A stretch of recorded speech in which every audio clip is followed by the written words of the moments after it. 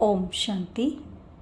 अव्यक्त मुरलियों की श्रृंखला में आज हम प्राण प्यारे बाप दादा के 25-1-70 के मधुर महावाक्य सुन रहे हैं। यादगार कायम करने की विधि। ये अव्यक्त मुरली 2 पार्ट में है। इसका फर्स्ट पार्ट हम कल सुन चुके हैं, आज हम सेकेंड पार्ट सुनेंगे। अगर आपने अभी तक फर्स्ट पार्ट नहीं सुना है तो डिस्क्रिप्शन में लिंक दिया है, आप पहले फर्स्ट पार्ट सुने, फिर आप सेकेंड पार्ट सुने। आज बाबा ने कहा, अगर घबराहट आई तो वह कमजोरी कही जाएगी। कमजोरी से फिर माया का वार होता है। अब तो शक्ति मिली है ना, सर्वशक्तिवान के साथ संबंध है, तो उनकी शक्ति के आगे माया की शक्ति क्या है। सर्वशक्तिवान के बच्चे हैं, यह नशा नहीं भूलना। भूलने से ही फिर माया वार करती है। बेहोश नहीं होना है। होशियार जो होते हैं वह होश रखते हैं।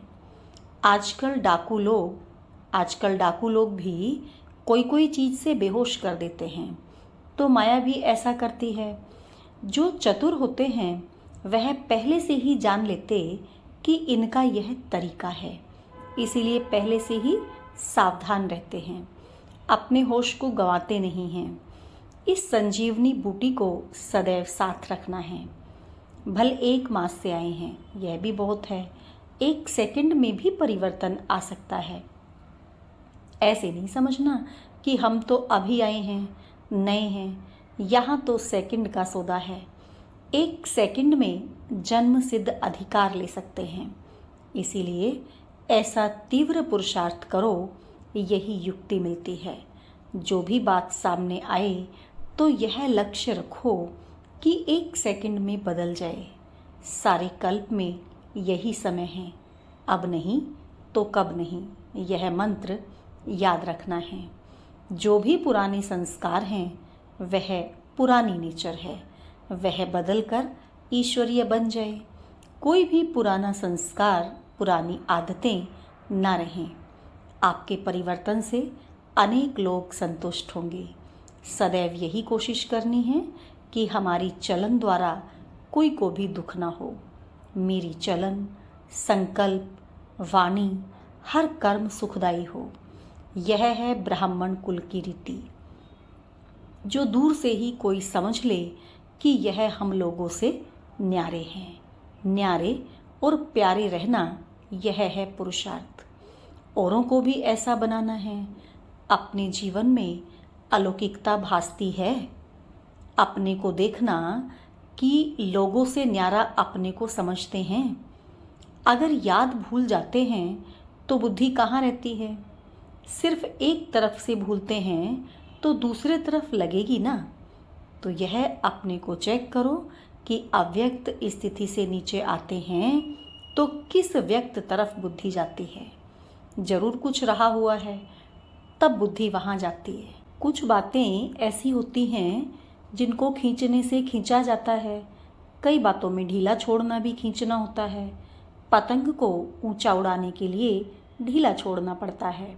देखा जाता है इस रीति नहीं खींचेगा तो फिर ढीला छोड़ना चाहिए, जिससे वह स्वयं खींचेगा। तो विघ्नों को मिटाने की युक्तियाँ अगर सदैव याद हैं तो पुरुषार्थ में ढीले नहीं होंगे। युक्तियाँ भूल जाते हैं तो पुरुषार्थ में ढीला हो जाता है। एक एक बात के लिए कितनी युक्तियाँ मिली हैं।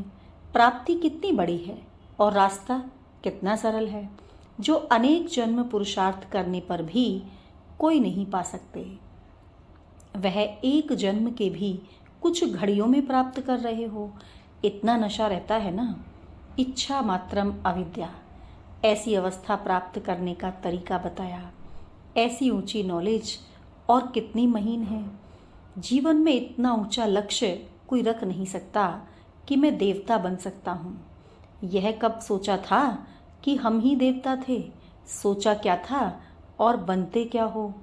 बिन मांगे अमूल्य रत्न मिल जाते हैं। ऐसे पद्मा पदम भाग्यशाली अपने को समझते हो। प्रेसिडेंट आदि भी आपके आगे क्या हैं।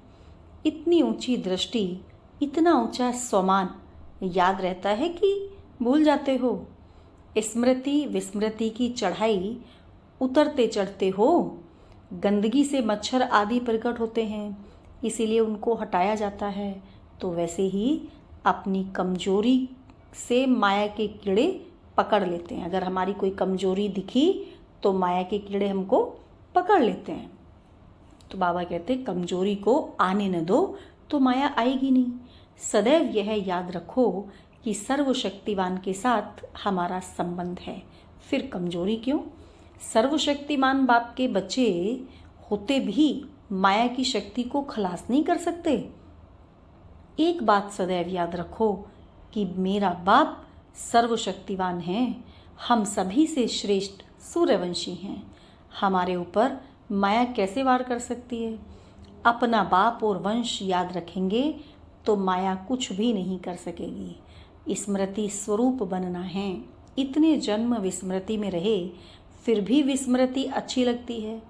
63 जन्म विस्मृति में धोखा खाया, अब एक जन्म के लिए धोखे से बचना मुश्किल लगता है क्या। अगर बार बार कमज़ोर बनते, चेकिंग नहीं रखते, तो फिर उनकी नेचर ही कमज़ोर बन जाती है। अवस्था चेक कर अपने को ताकतवर बनाना है, कमजोरी को बदल शक्ति लानी है। अभी जो बैठे हैं वह अपने को सूर्यवंशी सितारे समझते हो। सूर्यवंशी सितारों का क्या कर्तव्य है। सूर्यवंशी सितारा माया के अधीन हो सकते हैं। बाबा पूछ रहे हैं कि क्या सूर्यवंशी सितारे माया के अधीन हो सकते हैं। सभी मायाजीत बने हो, बने हैं व बनना है। मायाजीत का टाइटल अपने ऊपर धारण किया है। युगल में भी एक कहते हैं मायाजीत बन रहे हैं और एक कहते हैं कि बन गए हैं। एक ही पढ़ाई, एक ही पढ़ाने वाला, फिर भी कोई विजयी बन गए हैं, कोई बन रहे हैं। तो यह फ़र्क क्यों। अगर अब तक भी त्रुटियां रहेंगी तो त्रुटियों वाले त्रेता युग के बन जाएंगे और जो पुरुषार्थी हैं वह सतयुग के बनेंगे। पहले से ही पूरा अभ्यास होगा तो वह अभ्यास आपको मदद देगा। अगर ऐसा ही अभ्यास रहा, कभी विस्मृति और कभी स्मृति, तो अंत समय भी विस्मृति हो सकती है। जो बहुत समय के संस्कार होते हैं वही अंत की स्थिति रहती है। लौकिक रीति से जब कोई शरीर छोड़ते हैं, अगर कोई संस्कार दृढ़ होता है खान पान व पहनने आदि का, तो पिछाड़ी समय भी वह संस्कार सामने आता है। इसीलिए अभी से लेकर सदैव स्मृति के संस्कार भरो, तो अंत में यही मददगार बनेंगे विजयी बनने में। स्टूडेंट बहुत समय की पढ़ाई ठीक नहीं पढ़ते हैं तो पेपर ठीक नहीं दे सकते। बहुत समय का अभ्यास चाहिए। इसलिए अब ये विस्मृति के अथवा हार खाने के संस्कार मिट जाने चाहिए। अभी वह समय आ गया, क्योंकि साकार रूप में संपूर्णता का सबूत देखा। साकार संपूर्णता को प्राप्त कर चुके, फिर आप कब करेंगे।